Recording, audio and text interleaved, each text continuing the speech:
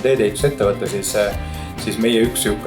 viimase paari aasta slogan on see, et me teeme teed rohelisele tulevikule ja ma usun, et head töövõtjad nõustuvad sellega partnerid, et see sobib väga hästi siia, nii et aitäh veel kord kõigile.